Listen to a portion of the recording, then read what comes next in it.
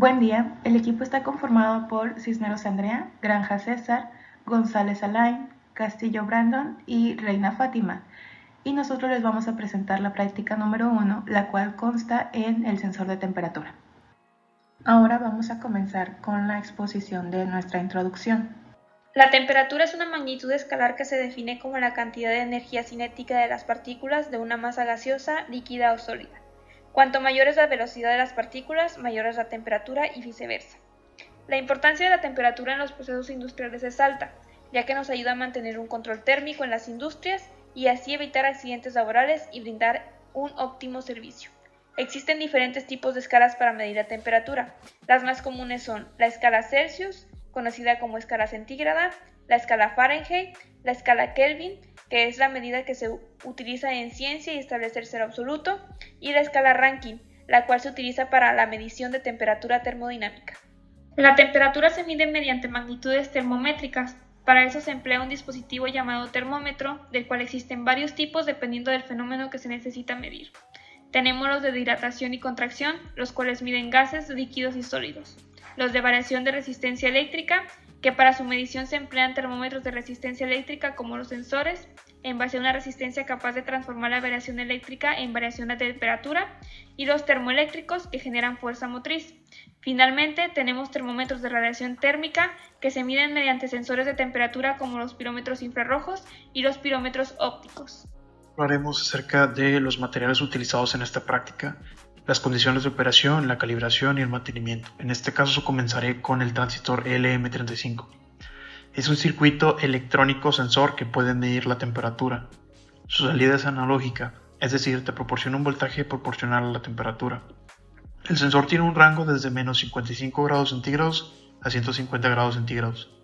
Su popularidad se debe a la facilidad con la que se puede medir la temperatura. Incluso no es necesario de un microprocesador o microcontrolador para medir la temperatura. Dado que el sensor LM35 es analógico, basta con medir con un multímetro el voltaje a salida del sensor. En cuanto a la calibración, el funcionamiento de un transistor depende de la cantidad de corriente que se emita por la base. Por ende, si no llega a una buena cantidad, las terminales no tendrán funcionamiento. Otro factor a considerar es verificar qué tipo de transistor estamos usando y de esta manera buscar su ficha técnica donde nos permita conocer cuál es su alcance de voltaje, su alcance a temperaturas y qué tanta precisión va a tener. En cuanto al mantenimiento, es importante que el transistor cuente con una vida útil larga, respetando el valor máximo del voltaje que puede alcanzar. Asimismo, conectarlo de manera correcta para evitar que se queme. Hablaremos del termopar tipo J.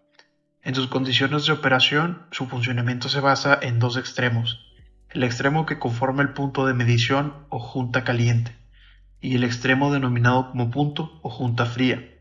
Se trata de un transformador, es decir, un transductor que opera según un punto de entrada por donde ingresa un tipo específico de energía y un punto de salida, por el cual se libera una energía distinta a la que ingresó primeramente, energía eléctrica. Calibración.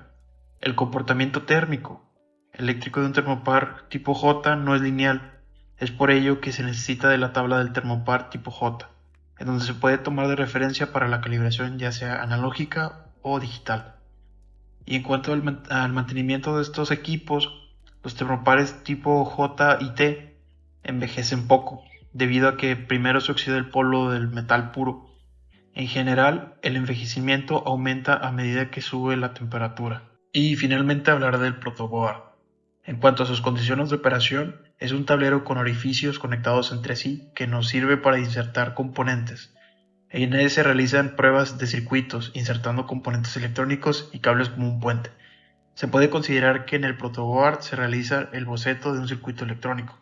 En cuanto a la calibración, uno de los parámetros que se deben de tomar en cuenta antes de su uso es verificar la continuidad con la que cuenta.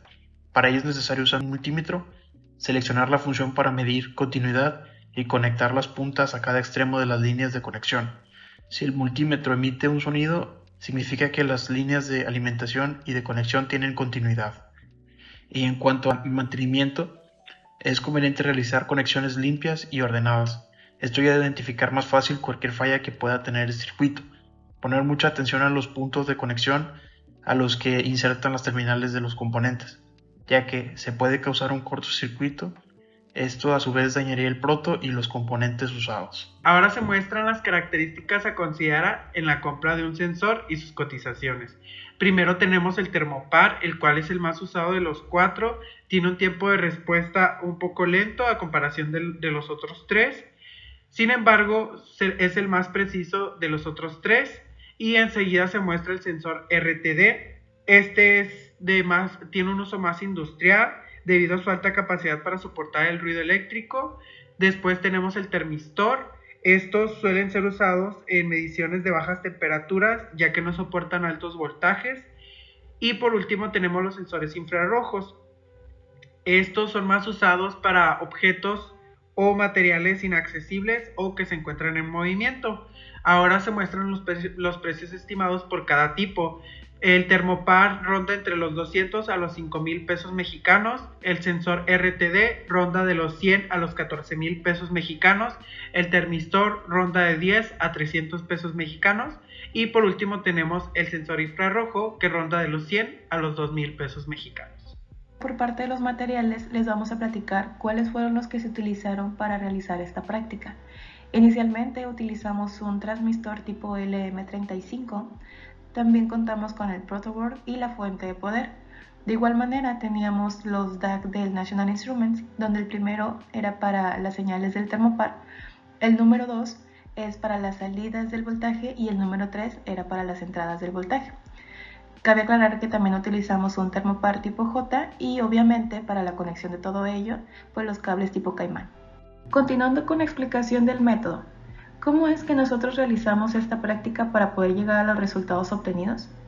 Pues bien, al centro podemos ver un esquema representativo de nuestro transmistor LM35.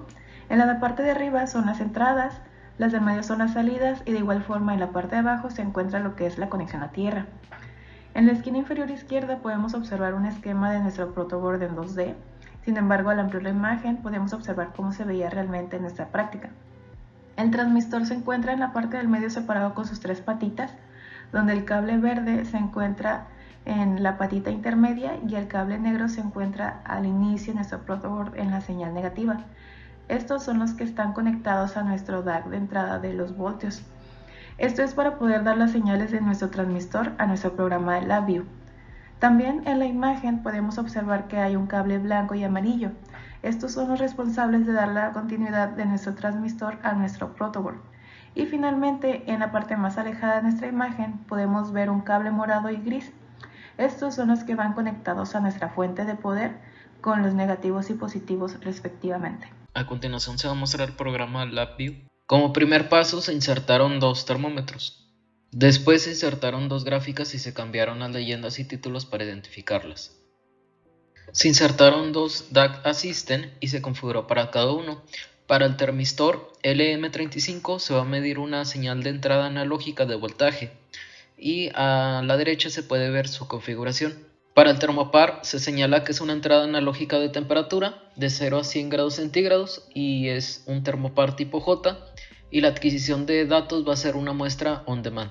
Las salidas de los DAC Assistant se convirtieron con la función dBL. El voltaje medido con el termistor se convirtió a temperatura con la siguiente ecuación gracias a un math script node, donde X es el voltaje y Y representa la temperatura en grados centígrados.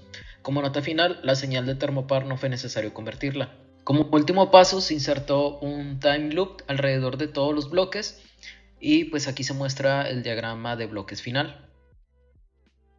En este video se puede ver el programa en funcionamiento, donde se tiene una lectura del termistor LM35 de 27 grados centígrados y de la termocupla de 23 grados centígrados.